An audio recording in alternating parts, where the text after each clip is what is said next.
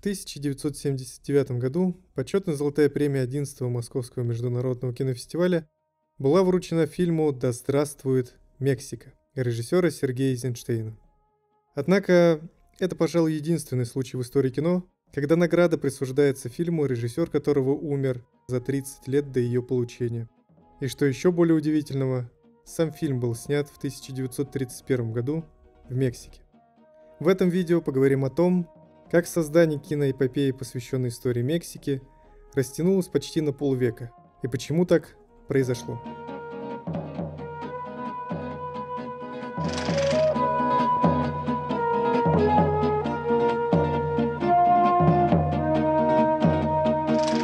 Чтобы понять все нюансы данной истории, нужно начать с 20-х годов прошлого века. В истории кино этот период принято считать советским киноавангардом, а одним из локомотивов той эпохи стал именно Сергей Эйзенштейн. Наиболее полно раскрывает потенциал режиссера фильм, вышедший в конце 25 года «Броненосец Потемкин».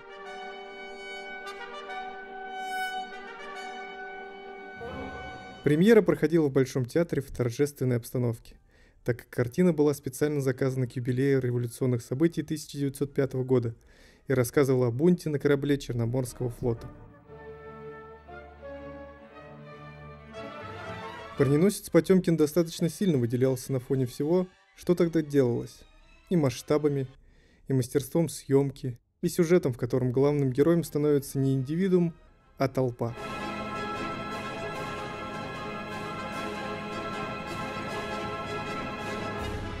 Даже спустя 100 лет фильм выглядит захватывающе. Например, эпизод с внезапным красным флагом.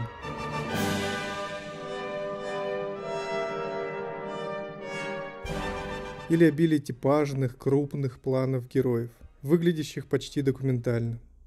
В середине 20-х годов это смотрелось свежо и эффектно.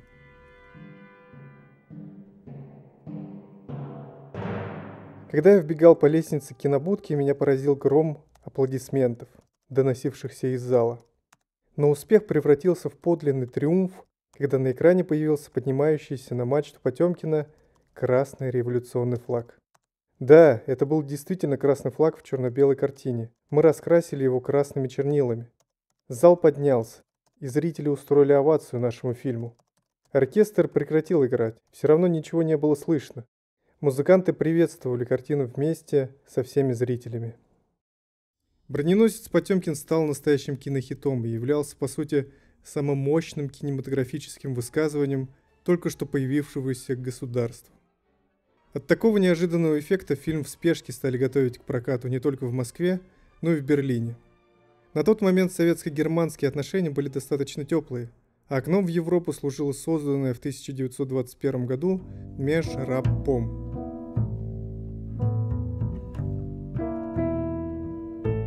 Благодаря ей в СССР попадали фильмы из-за рубежа и обратно. Поэтому, когда в Берлине прошел показ Потемкина, Вилли Мюнценберг настоял выкупить у Совкино единственную копию фильма, чтобы прокатывать на Западе. Так, в 1926 году «Броненосца Потемкина» можно было посмотреть в Лондоне, Париже, США. Самое интересное, что популярность ленты подогревали регулярные сообщения о том, что власти той или иной страны хотят ее запретить, так как она культивирует революционные настроения. А имя режиссера Сергея Эйзенштейна, которому не было и 30, внезапно стало всемирно известным. Это был настоящий триумф.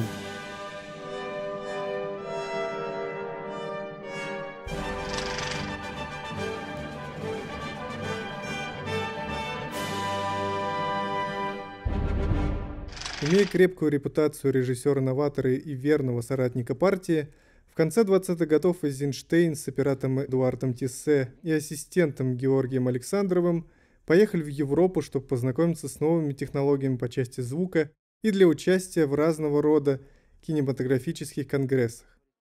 Эта поездка началась как триумфальное шествие, так как везде, куда бы ни приезжал Эйзенштейн, его встречали как настоящую суперзвезду. А американская кинокомпания Paramount решила рискнуть и заключила с советским режиссером контракт на съемку фильма. Правда, приехав в Голливуд и написав несколько сценариев, Paramount и Эйзенштейн так и не нашли общий язык. Тут на помощь приходит писатель Эптон Синклер, который находит средства для воплощения еще одной идеи Эйзенштейна – фильм о Мексике. «Qui viva Mexico» – это история смен культуры, данная не по вертикали в годах и столетиях, а по горизонтали, в порядке географического сожительства разнообразнейших стадий культуры рядом. Чем так удивительна Мексика? Знающая провинции господства матриархата рядом с провинциями почти достигнутого в революции десятых годов коммунизма. По замыслу режиссера фильм должен был состоять из 3 новелл, плюс пролог и эпилог. Пролог фильма показывал сцены Древней Мексики.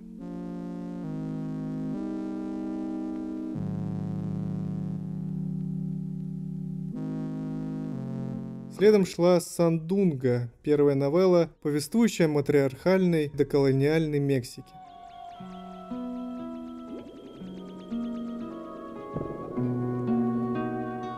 Следующий эпизод являлся переходом ко второй новелле. Перед зрителями открывалась Мексика после захвата испанцами, которые принесли с собой пышные празднования. Вторая новелла «Магей». Перед зрителями предстоит картина тяжелой работы пионов и издевательства над ними. Последней кульминационной новеллой должна была стать «Сальдадера», посвященной мексиканской революции 1910-х годов. Закончить новеллу о мексиканской революции как раз и не получилось. Денег Синклера стало не хватать. Но кардинально все изменилось 21 ноября 1931 года, когда была получена телеграмма. Эйзенштейн потерял доверие его товарищей в Советском Союзе. Его считают дезертиром, который порвал со своей страной. Боюсь, люди здесь вскоре потеряют к нему интерес. Очень сожалею, но все эти утверждения являются фактом. Желаю вам благополучия в выполнении вашего плана посетить нас. Привет, Сталин. Начиная с 1931 года по Москве ходили разные слухи. Якобы Эйзенштейн собирается делать фильм о Троцком, или то, что он переметнулся к капиталистам. Таким образом, триумфальная поездка стала обретать совсем иной характер.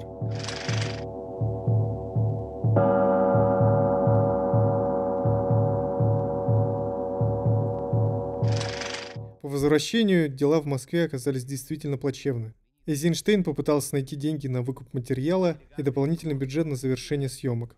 Но все было безуспешно. Советское правительство оказалось уже не заинтересовано в нем. И надо сказать, что Эйзенштейну еще несколько лет пришлось восстанавливать свою репутацию. Что касается отснятого материала, то в 1932 году пленка была направлена для проявки в Голливуд, но ее так и не вернули. Хотя ранее заключенный договор предусматривал безвозмездную передачу фильма для проката в СССР.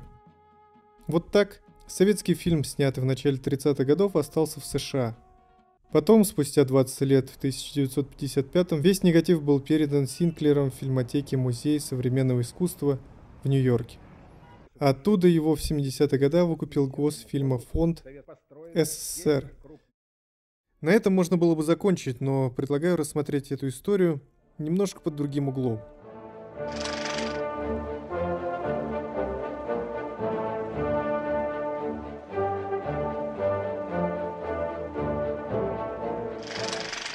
Эйзенштейн — это тот автор, который придумал нового героя. Я говорил об этом в самом начале.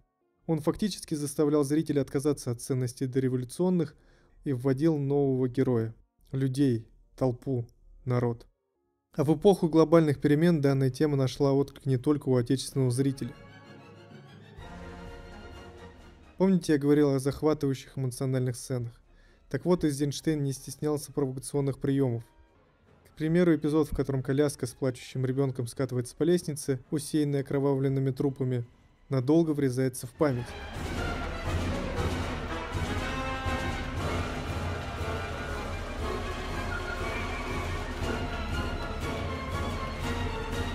Все эти элементы создают во время и после просмотра сильное эмоциональное впечатление и подводят зрителя к единственному правильному решению – безальтернативности происходящих действий. Тут кроется вторая важная особенность работы режиссера. Он умел мастерски создавать мифы и, что немаловажно, сделать так, чтобы в них поверили. Этот же факт подтверждается его фильмом «Октябрь 1927 года», когда многие кадры современниками воспринимаются как документальные, к примеру, эпичные кадры штурма Зимнего дворца, многие по ошибке принимают за реальные.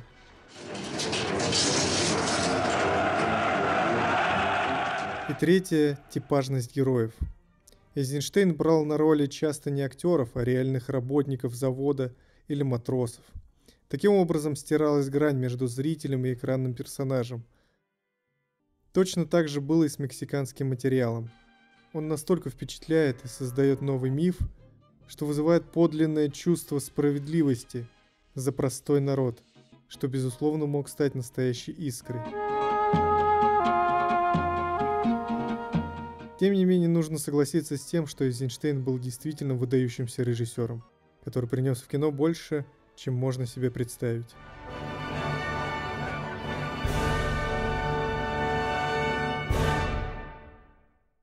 Уже после первых 20 минут показа в головах у берлинцев забурлило. То, что они увидели на экране, было их собственной, хотя и потерпевшей поражение революцией. Это мясо с червями они тоже ели во время войны. Эти казаки – это же ведь их рейхсфер, их носки и разные отряды штурмовиков. Полицейским в их устрашающей амуниции было не по себе.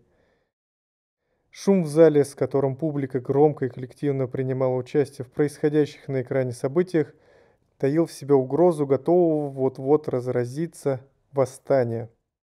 И когда мятежные матросы смогли уплыть на своем корабле непобежденными, публика впала в оргию одобрения, выражавшуюся в восторженных криках, реве и аплодисментах.